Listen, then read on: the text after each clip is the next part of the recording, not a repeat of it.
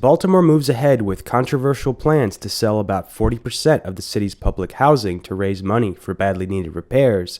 Over 100 public housing residents, workers, and advocates gathered to speak out against the proposal. But like everyone said, we want to be able to live in the places. We don't want to get sent out. We don't want to be stepped on. We don't want to be told that everything is going to be all right, and the whole time y'all running over us over and over again in these large buses, running us out. While local entities such as the Housing Authority of Baltimore City own public housing, the federal government provides capital and maintenance funds. Cities across the country are grappling with dropping federal funding for public housing. We'll explore this important context in the second part of the story. The Department of Housing and Urban Development, HUD, puts the shortfall at $27 billion. Baltimore says it alone needs $800 million.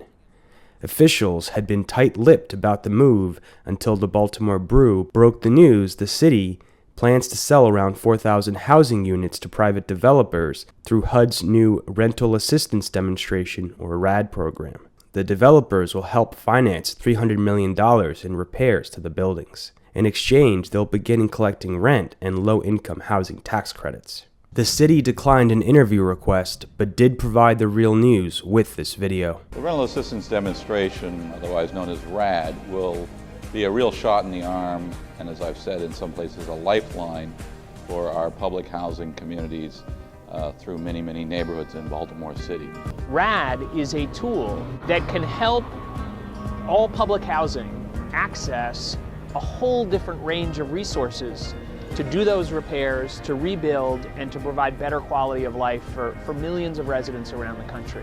It's a huge opportunity, and we're seeing it right here in Baltimore. HUD Secretary Sean Donovan also notes that Baltimore is a national leader by aggressively adopting RAD.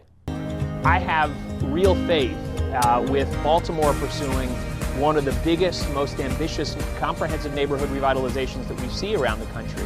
Using RAD as just one of many tools, we have real confidence that Baltimore can get it done. Back at the event at Red Emma's Bookstore and Coffee House that brought public housing advocates together with union workers and residents, many said they were not comforted by city assurances that no one will be displaced and rents won't be increased by RAD. We're not against the organization taking over, but we would like to make sure that when they take over, they don't throw the seniors out. Because if you're on a fixed income, you can't afford to pay no gas inflation, no high rent. And we want our building. We don't mind them coming in, but leave it the way it is. Also speaking out against the plan was Jessica Lewis, a housing organizer who's been going building to building speaking with tenants. Well, we're finding that outside of the resident advisory board, even in the resident advisory board, residents aren't getting the information about how the program works and what the impact is going to be.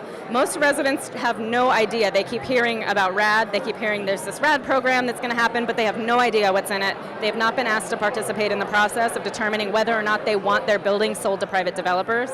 And there's been no transparency in this process at all. Some also took issue with reports confirmed by TRN's interview with Councilman Bill Henry that the Baltimore City Council has no oversight in the city's RAD application. I think it's important to remember in this case that we're talking about the Housing Authority, which is not actually a city agency. It's a federal agency. Its catchment area of responsibility is Baltimore City, but they don't report to us. They are not subject to us in terms of legislative authority. Well, I think certainly the City Council could weigh in if they had concerns about this program. There might be opportunities through the application process for the low-income housing tax credit for that perspective to come into play, and other possibilities that we're still looking into. Some of the 200 public housing workers who could lose their jobs due to change in management also spoke out against the move.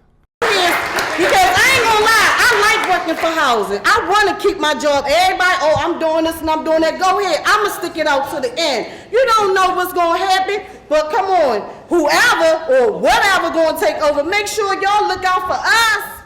Come on. Don't do this to us. Let us keep our jobs. Please. I'm begging. Because it's hard out here. It is real hard out here. Be fair to us. Don't do this to us. That's right. And I'm sticking up for the building monitors. Thank you very much. All of the objections could be moot, however, because as Commissioner Garziano says, there may be no other way to raise capital for the badly needed repairs and renovations for public housing. There just really is no alternative. We can do the 200-year plan, or we can do the 2.5-year plan. But at the event, Lewis and others took aim at that assertion.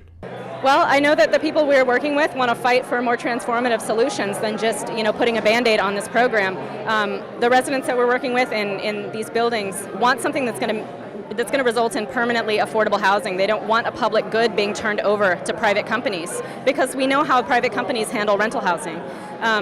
So they're interested in fighting for things like community land trusts that would guarantee permanent affordability and some resident control of what happens to those buildings. And they're willing to fight for that. And then at the same time, there have to be the demands in there that if this program does go through, that the residents get to negotiate the leases, they get to be present at the negotiations on the contracts with the companies, that they get guarantees, that they get things in writing, that they get them in advance, and that they get to participate in the process of determining what those contracts might be. Opponents also agreed that if they are to have any chance of slowing down or stopping the plans to sell public housing to developers, they will need a unified front and public support. The Real News will keep following the story. From Baltimore, this is Jessel Noor.